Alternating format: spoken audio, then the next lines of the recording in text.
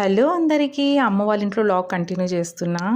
ఇంకైతే అమ్మ అయితే వచ్చిన తర్వాత టిఫిన్కి అయితే చికెన్ కర్రీ చేసేసి ఉందనమాట. ముందుగానే మేము రాకముందే ఇంకా వచ్చిన తర్వాత అయితే టిఫిన్ చేసేసాము. ఇంకా టిఫిన్ చేసి ఇంకా మ్యాంగోస్ పిల్లలకి ఇష్టం అంటే తెచ్చింది.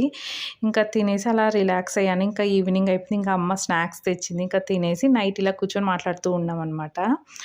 ఇంకా నెక్స్ట్ డే అనమాట ఇది వ్లాగ్. ఇంకా నెక్స్ట్ అయితే అర్లీ మార్నింగ్ ఇంకా టిఫిన్కి అయితే దోశ ఏమో చేసింది. ఇంకా మళ్ళీ ఇంకా స్వీట్ ఏం చేయలేదని ఇంకా బొబ్బట్లు వడలు చేసింది. బొబ్బట్లు అయితే చాలా బాగుంటాయి. అమ్మ చేసే వంటలు ఏవి బాగుండో చెప్పండి, చాలా బాగుంటాయి కదా. చేతి వంట అదొక స్పెషల్ అనమాట.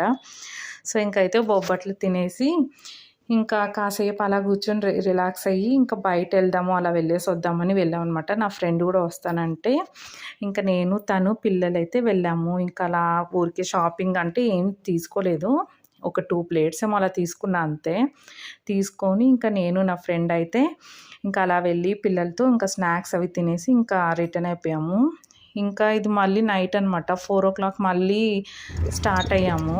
జర్నీనే సరిపోతున్నాయి అసలు. అక్కడ 1 డేనే ఉన్నామన్నమాట అమ్మ వాళ్ళ ఇంట్లో. ఇంకా మళ్ళీ చెల్లి వాళ్ళ ఊరికి వెళ్ళాల్సి వచ్చింది కాబట్టి ఇంకా స్టార్ట్ అయిపోయాము. అర్లీ మార్నింగ్ వెళ్తే త్వరగా వెళ్ళిపోవచ్చు, లేకుంటే ట్రాఫిక్ కదా లేట్ అవుతుందని. ఇంకా ఆంధ్రాకైతే వచ్చేసనమాట.